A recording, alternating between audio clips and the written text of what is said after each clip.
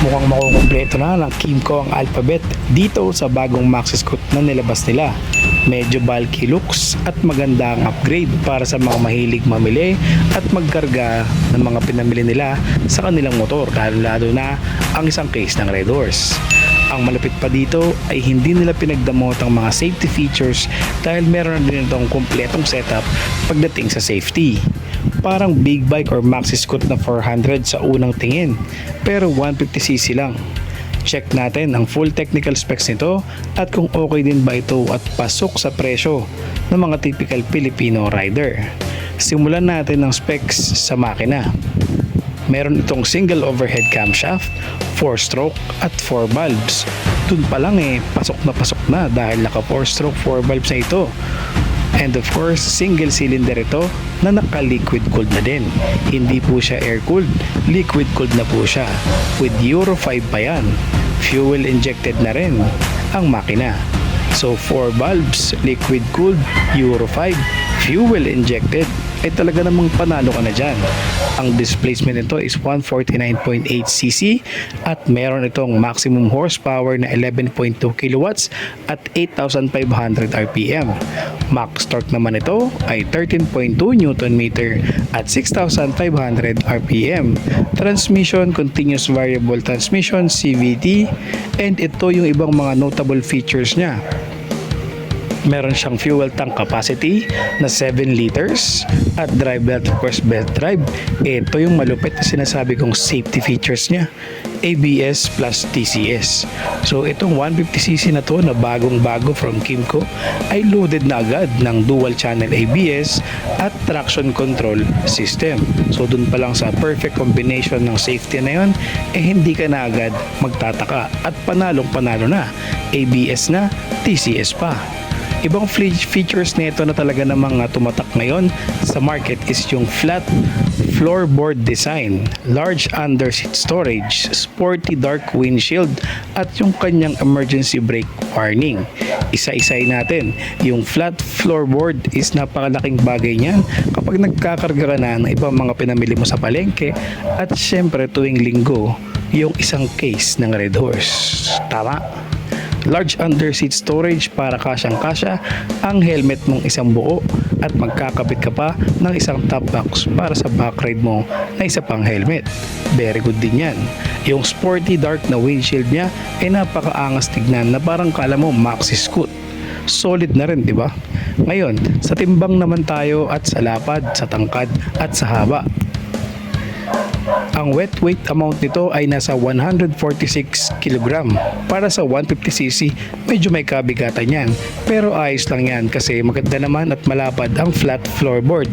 Kasyang-kasya ang isang case ng Red Horse.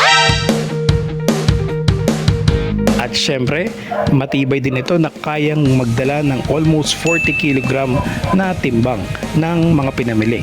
So dahil nga doon, tinibayan ng Kymco ang mga chassis reinforcement nito. So kaya very good na yan. Yan ang pinakamalaking bagay na in-upgrade ng Kymco sa scooter na ganito. Ngayon, let's check sa length, width at height nitong scooter na to ng Kymco. Sa length, meron siyang 1,957mm. Sa width naman or sa lapad, meron siyang 787mm. And sa tangkad naman or height, meron siyang 1,195mm. Not bad na rin ang sukat nito. Seat height niya, meron tayong 783mm. At sa wheelbase naman niya ay meron tayong 1,374mm. So yan ang kanyang dimension at ang kanyang timbang.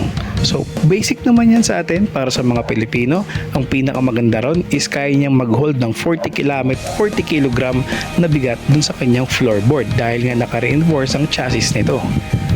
Ngayon sa mga gulong naman, ang size ng mga gulong natin, meron tayong 120/70/13 sa harapan at sa likuran naman ay 130/70/13. Wheel rim material alloy. Pagdating naman sa ating suspension, meron tayong standard heavy-duty front telescopic suspension and sa likuran naman ay meron tayong rear suspension double rear shock absorber oil dump. So okay naman ang suspension natin, pretty much standard naman yan at yung ating mga gulong Same size lang din ng harapan at likuran at tubeless na rin po yan with alloy material for the wheels. Ngayon sa ating mga preno, meron tayong front brake system na naka-disc brake na with Bosch 9.1 meter na ABS. Yun ang panalo. ABS po niya is Bosch ang tatak. So dun pa lang ay boundary ka na agad. So yan po yung sa harapan, and yung sa likuran naman natin ay meron din tayong disc brake ABS din. So front and rear naka-disc brake siya na 9.1 ang sukat at anti-lock braking system by Bosch. So napaka-solid ng kanyang preno sa harapan at likuran, at wag nating kakalimutan yung kanyang traction control system. Ngayon pagdating naman sa mga ilaw, all LED lighting po tayo sa harapan at sa likuran. Tail light and headlight, all LED na po yan, and digital tachometer or panel sa kanya namang pinaka-cockpit. Meron itong mga standard button sa kanyang cockpit, meron itong start and stop system, switch on and off ng headlight na dapat lagi naka-on, meron itong electric starter button, and of course meron itong passing light button and hazard button. So smart keyless system na rin po ito, kaya updated na rin siya. At yung pinaka gusto kong upgrade is meron itong front fuel cap, so kung papagas ka hindi mo na kailangan tumayo, and nasa harapan mo na ang lagayan mo ng gasolina, so mas mabilis. Kaya panalo na din itong upgrade na to. Magkano ba ang presyo na itong Kymco na 150cc Dink S? Ang SRP nito sa market ay 142,900 pesos. Saktong-sakto yung presyo para sa upgrade nitong Maxi Scoot na to. Pero may promo sila na 139,900 na lang pag bumili ka ngayon hanggang July. So grab mo yung opportunity kung gusto mo ng ganitong specs at setup ng scooter na may ABS, traction control at 7 liters fuel tank capacity at bagong-bago sa market by Kymco. This is Kymco Dink S 150 2025 version, the new scooter update.